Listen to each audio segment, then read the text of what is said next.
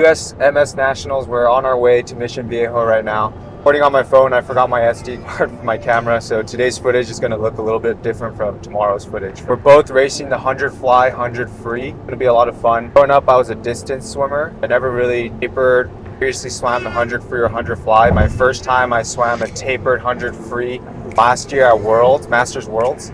And this is my first 100 fly taper meet basically. So I'm really excited. Less pressure in my opinion when you don't have to swim a 1500. The race is over in less than a minute. So short distances like the sprinting. I have no expectations for today at all. This is I signed up for a last minute long course meet in July, and I pretty much did that cold turkey without really training or anything, and didn't do too bad, so expecting to do better than that. If I'm 59 in the 100 fly or 54 in the 100 free, I'd be stoked. Just had 2 kids, so haven't really had the opportunity or time to train. Right now it's more about having fun training. I think that's really important, especially into adulthood. We got to balance the work as well. By the way, I've seen so many kids swim fast when they don't have expectations. There's no pressure. The kids are loose. They don't have to worry about the time. They don't have to worry about their parents screaming at them, their coaches screaming at them. And I've actually found that that's when swimmers swim the best, is when they have no expectations. So if you're a coach or parent, if you can create an environment where there are very little expectations for them, depending on the athlete, it might actually work in their favor. On the day of, I like to watch the races that I'm about to swim. So the 100 fly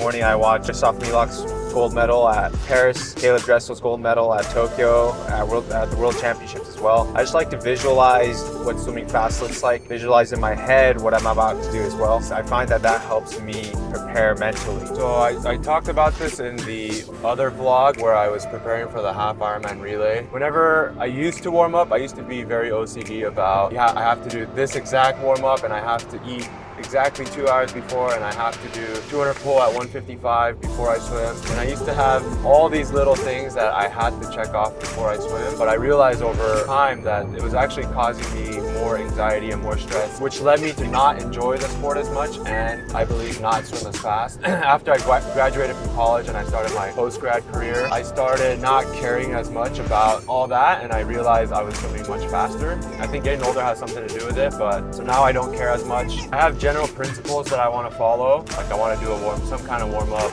about an hour out. I want to eat something about 2 hours out. So general principles apply, but I'm more flexible now. And what that also does is you're not always going to have the ideal situation at every meet. If something doesn't go according to plan, you got to be able to adjust on the spot, because life happens where your goggles break or the warm-up pool is shut down or whatever. You got to be able to mentally be okay with that, and I think having a more flexible routine, pre-race routine, allows for that. But this also depends on the individual. I think that's what works for me. It's not like everyone has to do it that way kind of thing.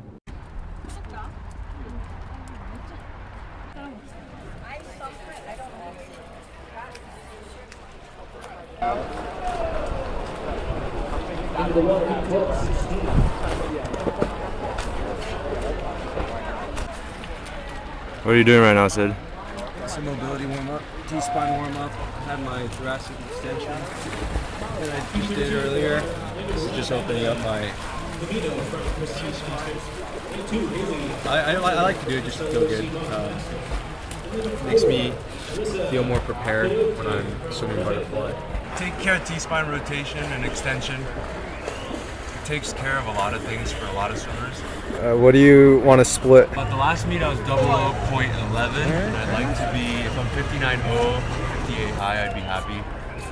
So I'm thinking, usually I split it where the first and second 50 are pretty close together. I'm thinking 28 something and 30 point something.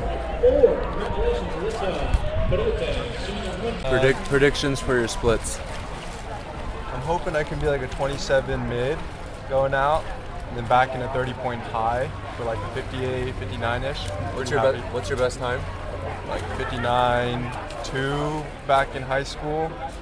You think you'll go best time today? Hopefully, we'll see. Then again, I never swam the 100 fly tapered or anything like that, so it's really my first 100 fly tapered. So we'll see how that goes.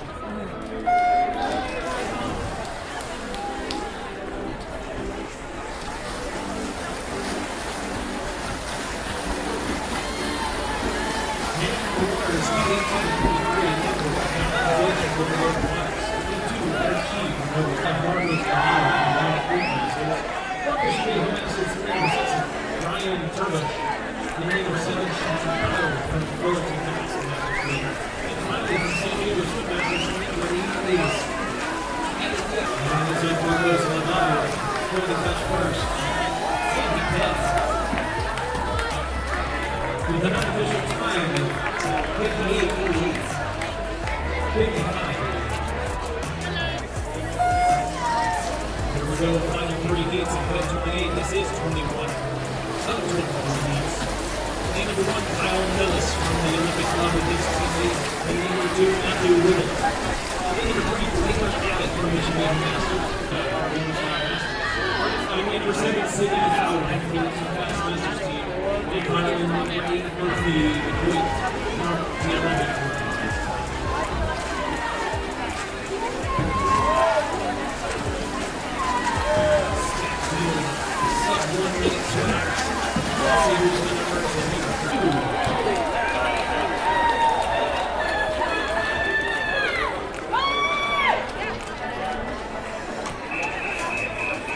All right, so just finished the 100 fly. I was 57.3, which I'm actually pretty surprised about because my best time from college in November 2015 was 57.01. So to swim a 57.3, that 9 years later is not too bad, especially because I'm training maybe 3 to 5 times a week at 20, 30 minutes a day. Just goes to show that you can still swim fast if you do the right things.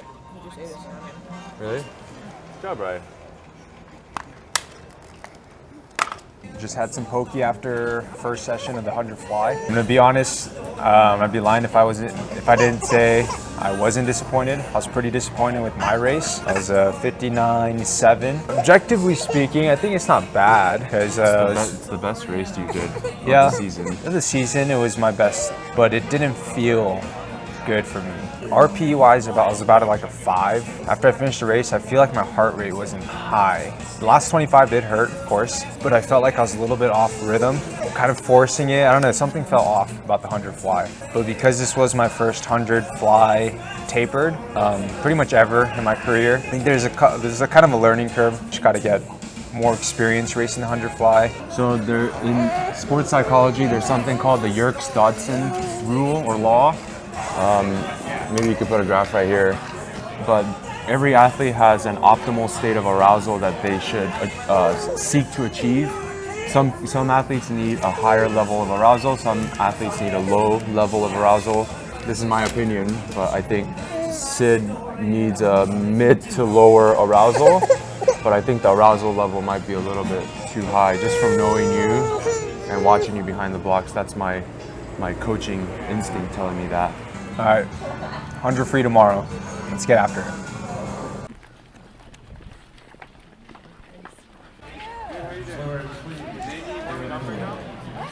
Based out, since I kind of surprised myself yesterday with the 57, 53 mid. I feel like you could be 52 after yesterday.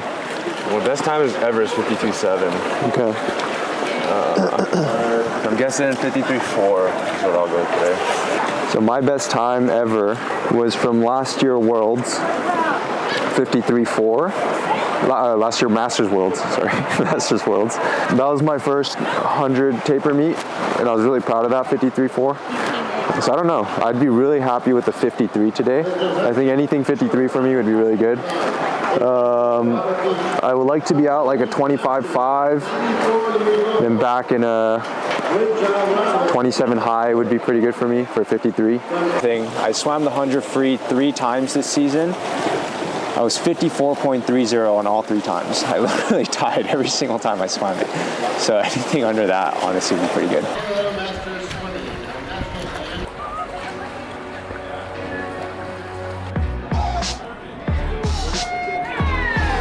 In the water heat 32-40, in lane 1, Jonathan Peters, Golden Road Aquatics. Lane 2, Sean Powell, Fullerton Fast Masters Team. Lane 3, Anton Lackey, Road City Masters, Split Master. Lane 4, Ralph Carrazzo, Road 1 Masters. Lane 5, Slow Snacks Masters. In lane 8, Thomas Dowley, the Olympic Club.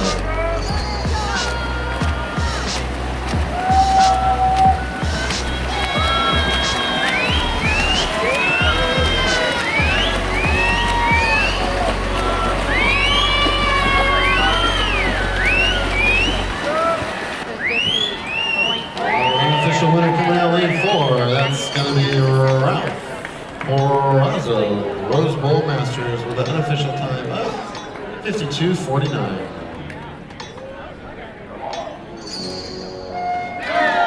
In the water, heat 37:40 in lane 1, Matthew Healy, Club Tribe. Lane 2, Cindy Cowell, Fullerton Fast Masters Team.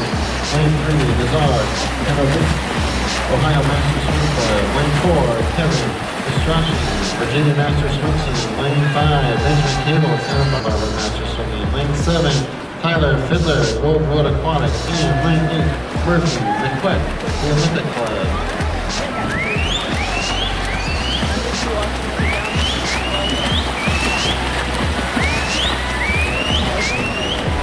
Our leader right now is coming out of lane 6. And lane 6, Kevin Mendoza will hold on to be our unofficial winner with a time of 52:30. Not too good for me. That's 54.3 again for the 4th time this season. I don't know what happened. I think I'm just not getting the proper training right now. This summer, I don't think I did much sprint training, to be honest. I mean, I don't really have a group right now. I'm just kind of doing whatever with the Masters. So that probably contributed to swimming slow. Are there things that you can learn from this experience that you'll take on to the fall season? Probably change my training. I think the big part is probably training. When I was 53.4 last year, so I was a whole second faster last year with less training. So to be honest, I think I just need to, and I was also training for the 50 for the first time. So I was doing like speed work for the first time.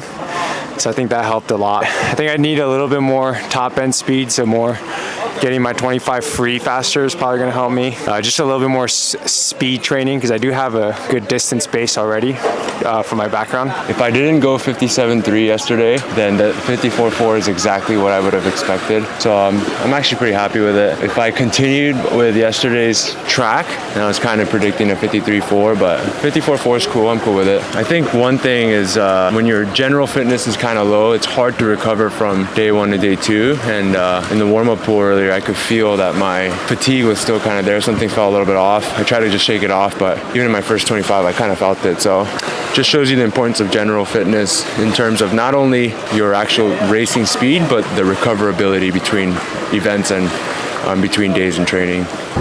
All right, that's it for this vlog. Probably post some more training vlogs in the future. It's all possible thanks to the support of our family. Thanks for coming and watching. Oh my gosh, there's so much traffic.